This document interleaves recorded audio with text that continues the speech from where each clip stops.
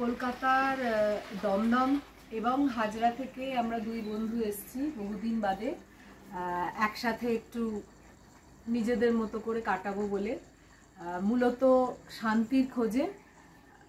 যতটা আশা করে এখানে এসেছিলাম তার চেয়ে এক্সপিরিয়েন্স অনেকটা সমৃদ্ধ হয়ে যাচ্ছি।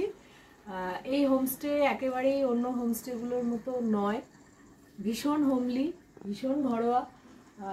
যিনি হোমস্টে ওনার তিনি এক্স আর্মি পার্সন, মিস্টার বিজয় থাপা।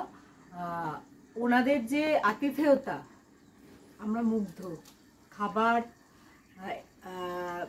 হসপিটালিটি, সবচেয়ে বড় কথা যে শান্তির খোঁজে এসেছিলাম সেই শান্তি কিন্তু নিয়েই যাচ্ছি। গ্রামটা অত্যন্ত শান্ত একটা গ্রাম, ভিড়ভাড়টা কম, আর খুব মনে হয়নি যে বাড়ি থেকে আলাদা কোথাও আছি, মনে হচ্ছিল বাড়ির আত্মীয়দের মধ্যেই আছি। ভীষণ ভালো অভিজ্ঞতা। আমার তো আবার আসার ইচ্ছা রইল, এবং আমার পরিচিত যারা আছেন আমি অবশ্যই বলবো যে একবার যেন, যদি ভিড়ভাট্টা থেকে আলাদা কোথাও যেতে চান, এখানে এসে ঘুরে যান। ভীষণ সুন্দর, ছবির মতো একটা গ্রাম।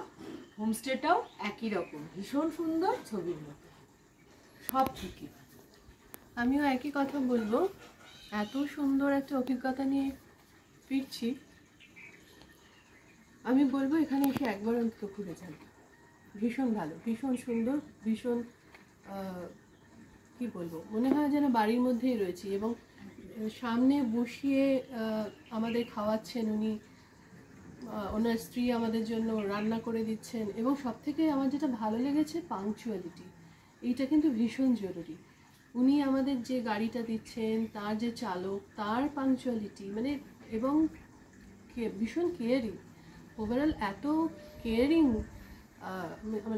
অনেক দিন এরকম অভিজ্ঞতা হয়। সত্যি নিজেদের সংসারেও বোধহয় আমরাও বোধহয় অন্যদের এত কেয়ার নিতে পারি কি না, অসম্ভব। মনে হলো নিজেদেরই কোনো আত্মীয়র বাড়ি কাটিয়ে গেলাম, তাই না? একদম।